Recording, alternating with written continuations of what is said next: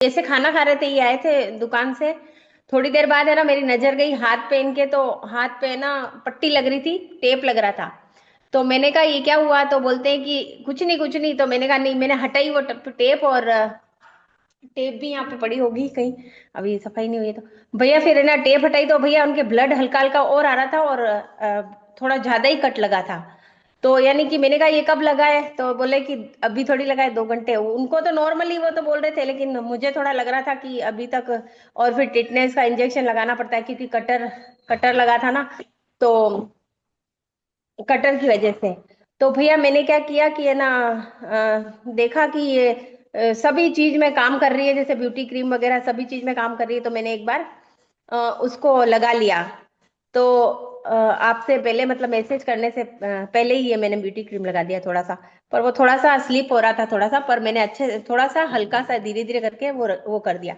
तो बोले अभी मत लगा अभी मत लगा, मैंने कहा नहीं मैं लगाऊंगी। तो लगा के और छोड़ दिया मैंने। तो भैया अभी सुबह जैसे और मैंने बताया कि आपको दाढ़ में भी दर्द था उनके। तो दाढ़ में भी जैसे ना बेटे से दवाई मंगवाई थी, वो भी लाना भूल गया, तो वो बोल रहा था पापा जाऊं क्या, 12:30 बजी थी उस समय भैया। तो बोले कि नहीं अभी मत जा, रहने दे। तो मैंने क्या मंत्र भी डाल दिया उनके। और दाढ़ का आपने दिन में ही वो शाम को ही शायद बताया था कि फिटकरी का पानी में घोल के, फिटकरी को पानी में, और उससे गरारे मतलब कुल्ला मुंह में रख के, और गरारे करने का ऐसे बताया था। और एक तेल मिर्ची का मैंने आपके सामने ही बना ही रही थी उस समय, तुरंत ही बनाया। तो भैया वो सो गए। तो सुबह में झाके ना वो कट जो लगा था ना, अब भैया मेरे से मैं थोड़ा उनको देखना चाह रही थी कि उनका हाथ में थोड़ा सा झपक रहा था रात को। तो बोल रहे थे थोड़ा दर्द और सूजन भी थी उसमें, कट कट लग गया था वहां पे। तो बिल्कुल भैया मुझे बोले, मैंने कहा कौन सी उंगली में, उनको नींद में से उठा के बोल रही हूँ कि आपके हाथ में दर्द है ना, लो मैं ब्यूटी क्रीम वापस देखती हूँ लगा दूं वापिस। तो भैया बोले अभी नहीं मैं सो रहा हूँ अभी तो बाद में उठता हूँ, बाद में देखना।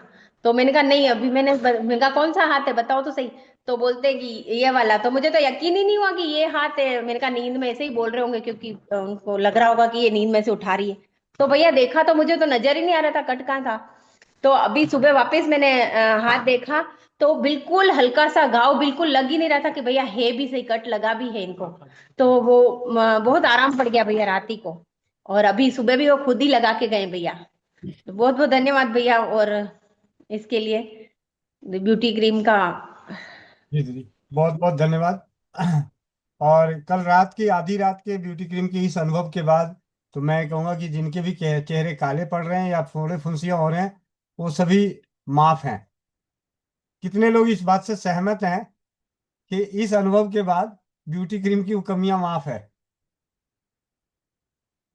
कुछ कोई लोग तो हाथ खड़े कर दो, क्या हुआ? मतलब बोल बोल के खड़ा कराना पड़ रहा है, मतलब ये, मतलब इतनी अच्छी खुशखबरी मिलने के बावजूद भी ब्यूटी क्रीम की इतनी अच्छी खुशखबरी मिली, तो उससे पड़ने वाला चेहरा काला होना और फोड़े फुंसी हो जाना, ये तो गलती माफ हो जाएगी। कम से कम सुंदरता के लिए ना सही, कभी जख्म पे ही काम आ जाएगा। हाँ?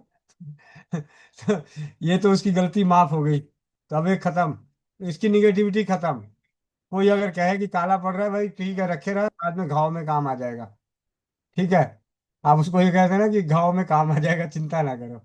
चलिए, अब आगे चलते हैं अनुभवों की इसी कड़ी में। अब बारी बारी से अनुभव आते हैं, तो सबसे पहले चाचा जी के पास ही आ जाते हैं। चाचा जी का भी ताजा ताजा अनुभव है। महेंद्र चाचा जी बर्नवाल। जी जी। वंदे मातरम भैया। वंदे मातरम सभी को। मैं महेंद्र प्रसाद बर्नवाल, झारखंड धनबाद का रहने वाला हूँ।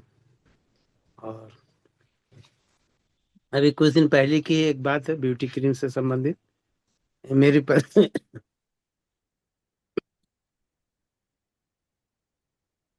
मेरी पत्नी को काम से पास सॉरी। लगता है ब्यूटी क्रीम आपको चाटनी पड़ेगी क्या? ब्यूटी क्रीम चाट, ब्यूटी क्रीम चाट के देखना जरा। आज भैया चलिए। आज एक काम करते हैं, 5 मिनट बाद दोबारा आइएगा, जरा ब्यूटी क्रीम चाटिए फिर आइएगा। देखते हैं आज अभी खांसी, जो खांसी होती है उस पर क्या करता है।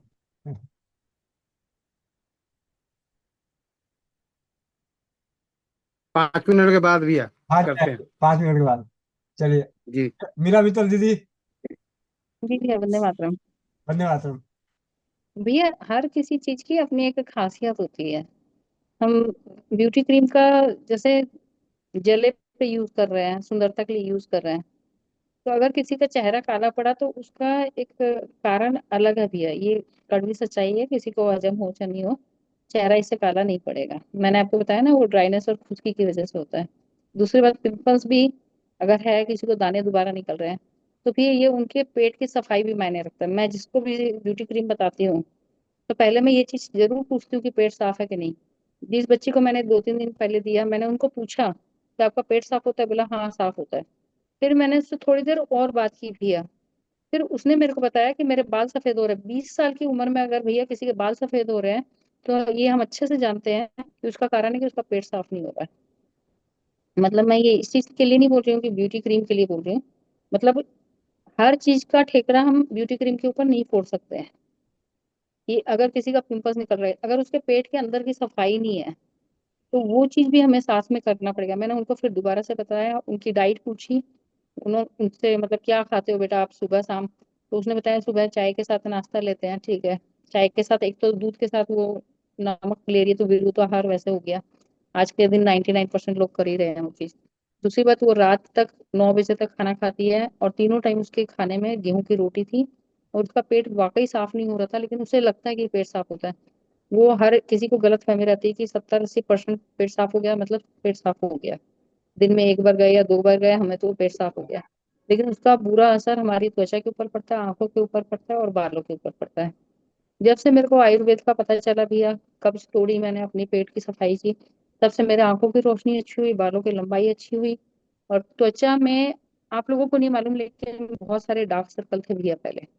तो जैसे जैसे पेट साफ होता है, ये सारी विकृतियां अपने आप खत्म होने लगती है। जो बोलते हैं ना कि अंदर से सुंदरता आने शुरू होती है। भले उसको टाइम लग रहा है, टाइम लगेगा, इस उम्र में बहुत जल्दी नहीं आएगा। तो जो पिंपल्स निकलने वाली समस्या भी है, ठीक है, हम ऊपर से लगा देंगे, लेकिन अंदर से जो गंदगी निकल रही है वो तो निकलेगी। उसके लिए ब्यूटी क्रीम जिम्मेवार नहीं है।